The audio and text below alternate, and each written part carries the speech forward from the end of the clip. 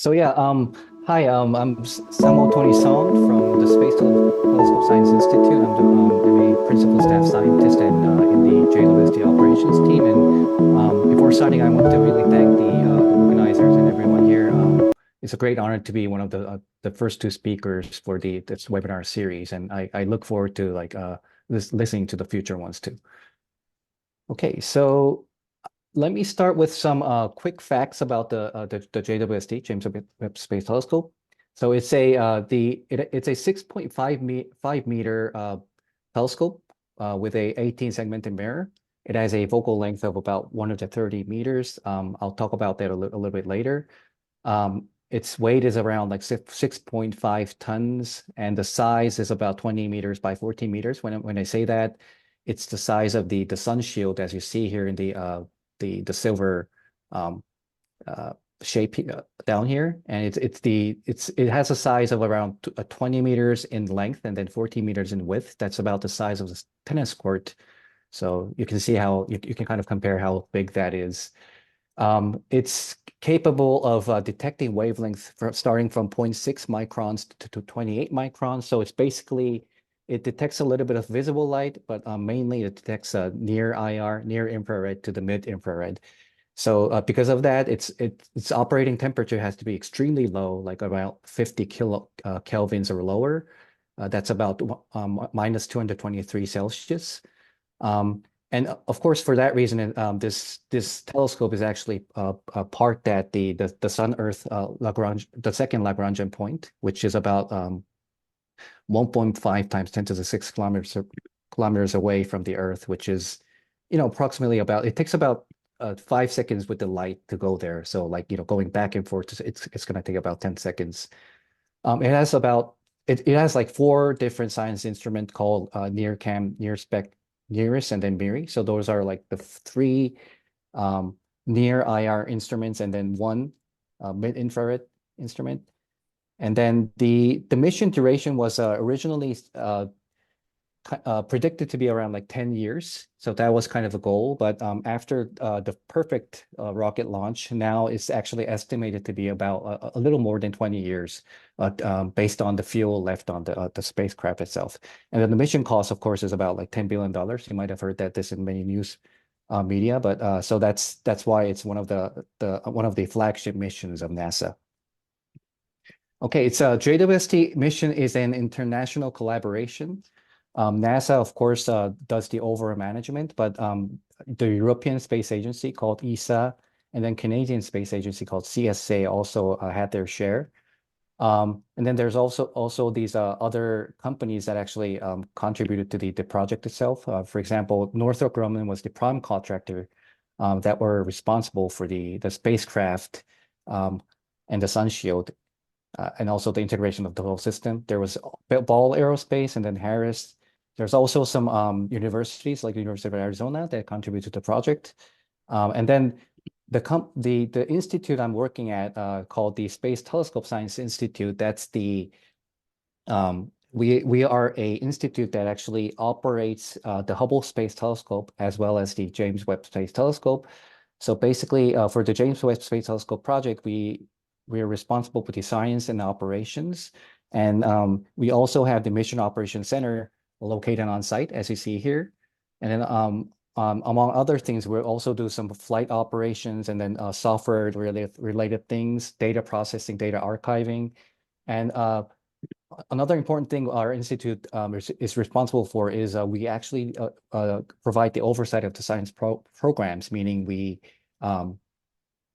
do the proposal announcement. So like astronomers around the world propose for the use of JWST, and then we actually grade them and then distribute the number of projects for each of these astronomers after selecting them. All right. By large, JWST consists of four different parts, as you see here. The first one is the most important one, called the optical telescope element, or in short, OTE. That's the mirror part. And on the back side of the mirror, there's something called the ISIM, which is the Integrated Science Instrument Module. This is where all the science instruments are installed. Like detectors, camera detectors, or spectrographs, and those kind of things. And then there's the sun shield, which I said is about the size of the tennis court.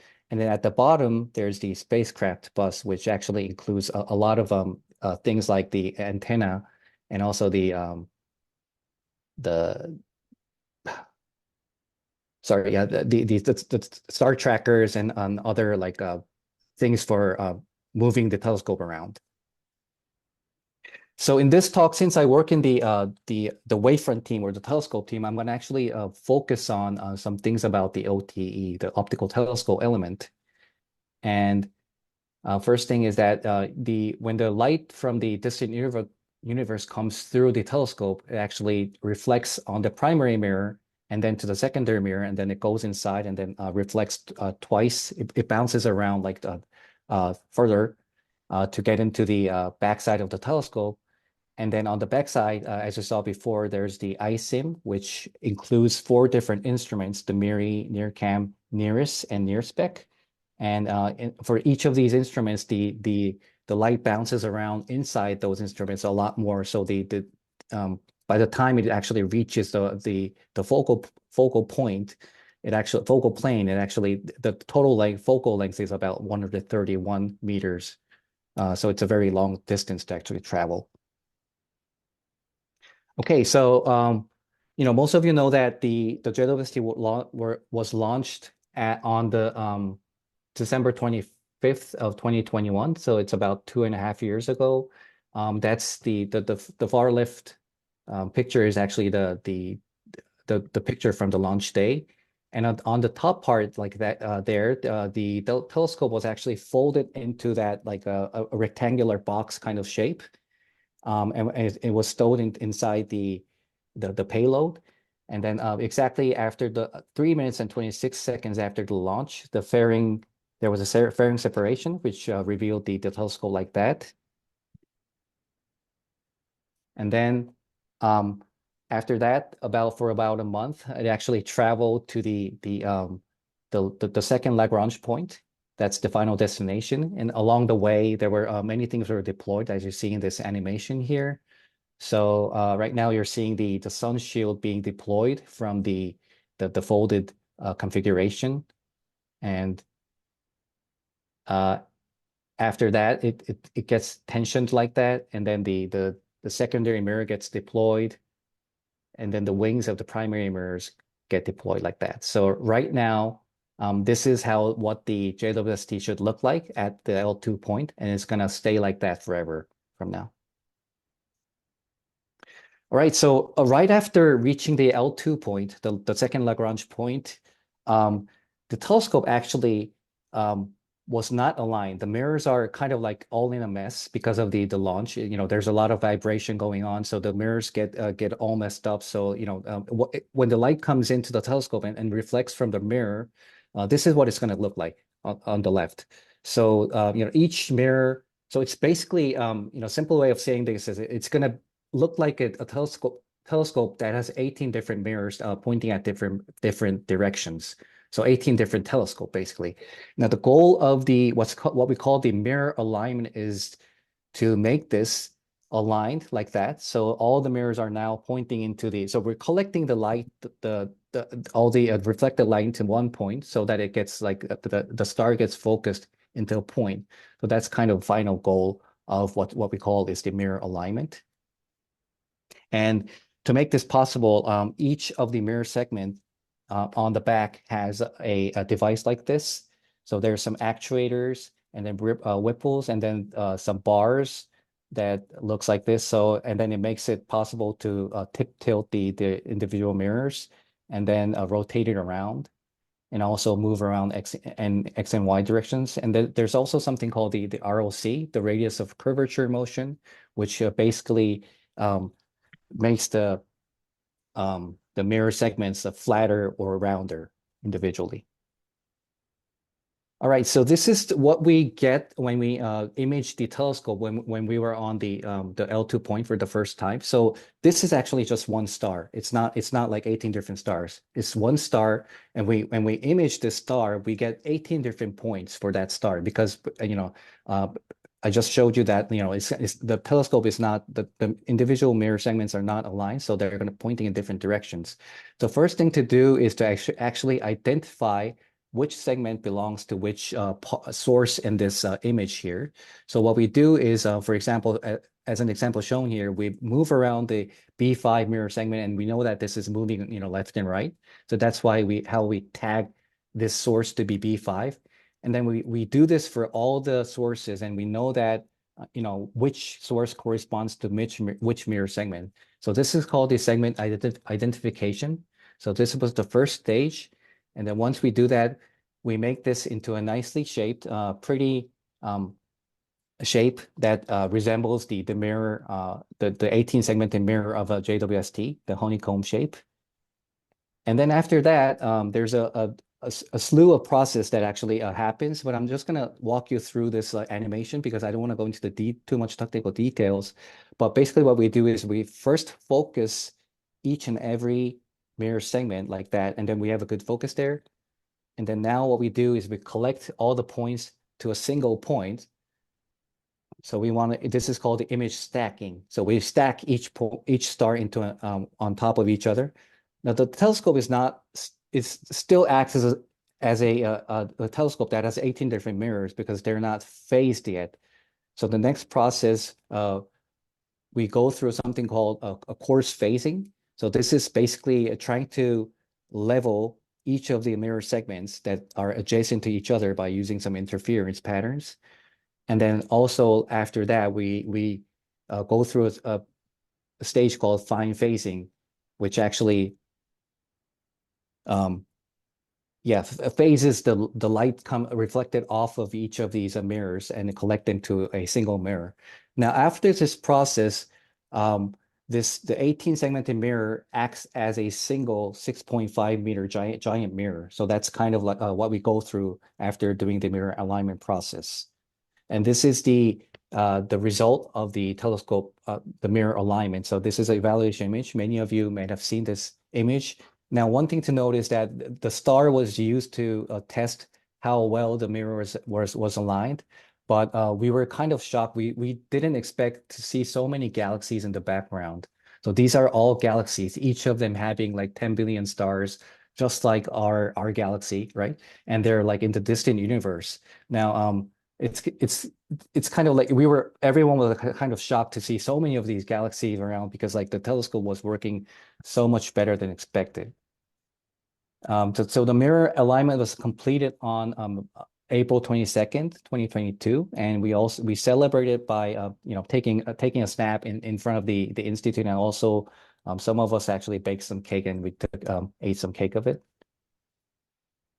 All right, so to quantify how well the mirror alignment is done, we use a metric called wavefront error. And as shown here, this actually measures how far the aligned mirror is from a perfect parabola. So it kind of measures how far off it's from the perfect parabola in an RMS sense. So if it's closer to 0, that means it's closer to a perfect parabola. But if the numbers are higher, that means like the telescope is like on the right here. So it's like all the mirrors are not aligned and on a smooth surface.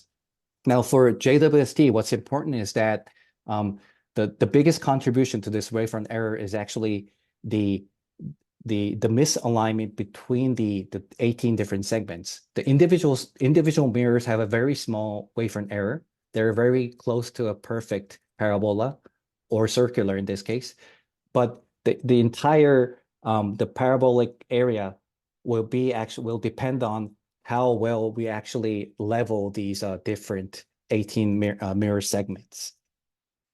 And this is actually this kind of summarizes how well the mirror was aligned here. Now the right part is actually a collection of different elements of the contribution. Elements that contribute to the wavefront error, but all you need to do is like just focus on the red box here. Now, of course, for the wavefront error, the smaller is better. The requirement was that the telescope has to be on around 150 nanometers, in order to observe the infrared light that the JWST wants to detect. But after ground testing, after the integration of the telescope itself, the prediction was around 125 nanometers. But in the end, we actually measured it to be around the 80 nanometers. So it was much better than the requirement or the predicted values of the wavefront errors. And when you hear from the news media or some press release that the telescope is performing way better than expected, this is what they're actually talking about. It was the wavefront errors, the telescope wavefront errors was much smaller than what we actually have predicted. Now, unfortunately, the telescope doesn't stay still. Sometimes it moves around. It's a moving part, right? So the mirror segments actually they kind of move around.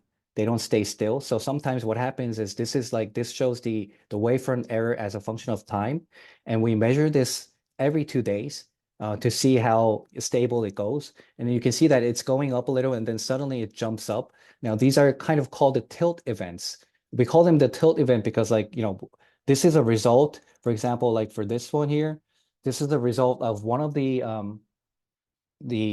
is actually the before and after picture, the phase map of these the 18 mirror segments and the difference here on the far right. And you can see that, for this one mirror segment here, it actually made a tilt. It actually moved a lot in one direction. So what we do in this case is we send the mirror correction to compensate for these tilt events. So you can see that these arrows, the green arrows down here, that points down here, is every time we made a correction to bring down the wavefront error back to the bottom level of around below 70 nanometers. So we do that on a regular basis.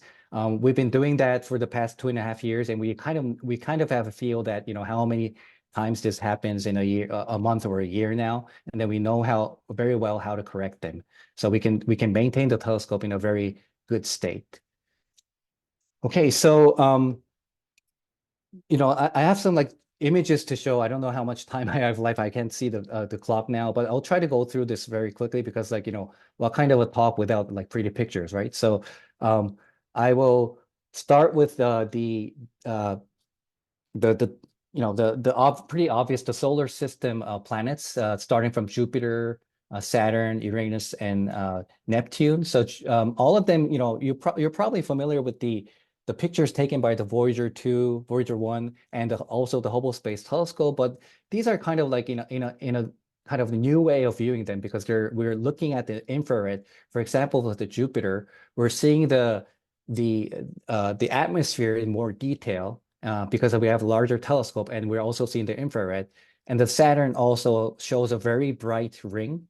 On the other hand, the planet itself is kind of dark. And Uranus, this is a face on a ring, and you can see the incredible details on these different the rings. I can actually count 1, 2, 3, 4, 5, at least 5 rings that are seen around the Uranus. And Neptune also looks like kind of a transparent kind of thing because it has a lot of methane gas that absorbs these infrared light. So that's why it looks like a kind of transparent orb or something. So that's the solar system objects. Now, James Webb also observed a star called Fomalhaut, and that's in a distance of about 25 light years. And what's incredible about this is that we're able to kind of resolve all these details about. So the star is supposed to be positioned here. It's saturated. It's too bright to be detected by the detector. So that's why it's kind of black. That's artificial. But you can see this the disk around it, and then all these ring. So inner ring, outer ring. All of these are kind of analogs to the asteroid belts that's orbiting around Mars and Jupiter, orbiting between Mars and Jupiter. That's analog to those, and we can actually see these in the 25 light years away with James Webb Space Telescope. And we can even see some overdensities here, which seem to be related to ongoing planet formation. This is a very young star, so planetary systems are currently being born. Another amazing image. This is kind of my favorite, obviously, and it's called the protostar in the dark cloud L1527. at a distance of about 460 light years. And what's happening here is that so like from a dark, when a dark cloud collapses, it starts to make by gravity, it starts to make this like a disc-like shape, and then the jets come out in the bipolar direction, like up and down. So the star itself is like kind of hidden behind this dark band shown in the arrow here, but like the jets coming out from them are making these like filament shapes.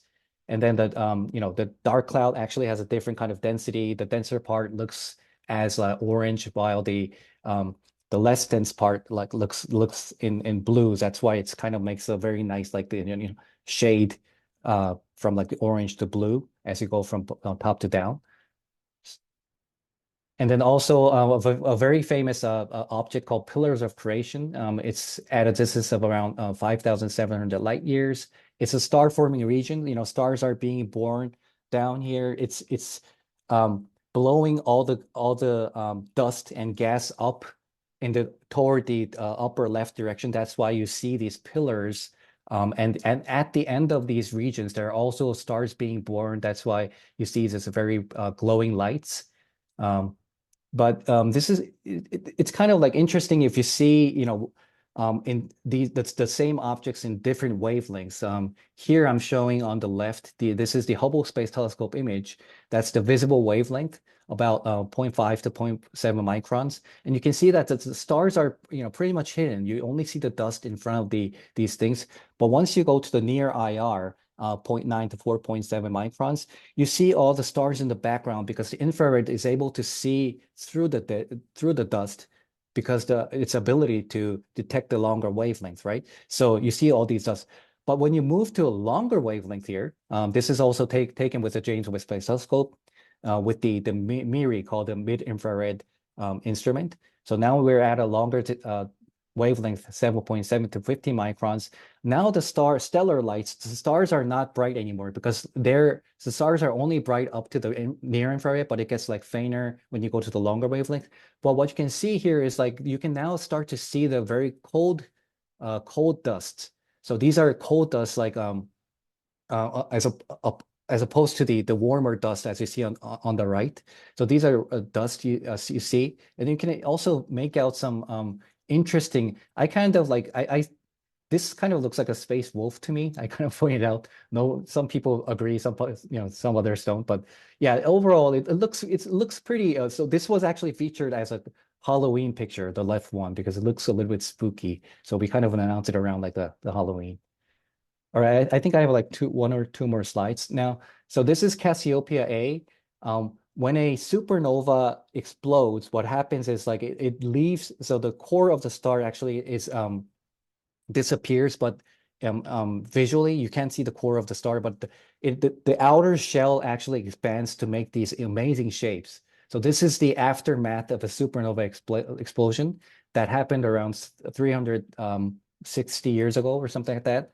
So again, I want to name this like a space dragon. It looks like a dragon to me, like the face here, and then like it's kind of like rolled up. But the left one shows the near infrared image, while the right one shows the mid-infrared image. And it's kind of striking to see the difference of how they kind of trace the different kind of details. The left one shows a lot of stars again, but the right one does not. On the other end, the outer gases has more details on the right. So yeah, it's kind of like fun to see these the same images taken in the different wavelengths like this. All right, now we move out to the further distance to 24 to 60 million light years. Now this is again like the same galaxies shown in the visible light taken with HST, and then the near IR plus the mid IR taken with JWST, and you can just see that how the same galaxies can look different in different pass bands, like wavelength is. There's one thing to note is that you might see on for the JWST images, you might see these holes around here, like some of these like holes on the along the arms. Those are because of the supernova explosions. They actually make these holes once they This is a very active region of like forming stars. So there's going to be a lot of massive stars going off and like exploding as supernovae. And they actually make these holes like this. And it's easier to see in the JWST IR images than the visible HST images here. All right, so last picture, again, this is also one of my favorite pictures. It's something called the super galaxy cluster 0416. It's around at a distance of around like 4 billion light years. And what's happening here is that like, the yellow sources you see here is the actual galaxy from the galaxy cluster. But what's more important is that you see all these uh, sources that are kind of look very stretched and deformed. This one too here. Those are because of the what's called the gravitational lensing. So there's a lot of galaxies in the background, very far away in the universe, more than like 12 billion light years away. Now, as they go through through this like the foreground super galaxy cluster, the lights get actually bent and enhanced to make these kind of features. It's interesting to like these sources are actually sometimes the lens acts in a funny way that the same galaxy gets imaged like twice or even more times. Like this galaxy here is the same one as this one. This one is the same as like here. So yeah, so we're seeing. So I like this picture because it tells a history of it tells the cosmic history of the universe. It's like we're seeing lights that are coming from like 4 billion light years all the way to like 12 billion light years and more. Okay, so I wish I had more time to show you like more beautiful pictures, but I'll stop here and take questions if any of you have them. Thank you.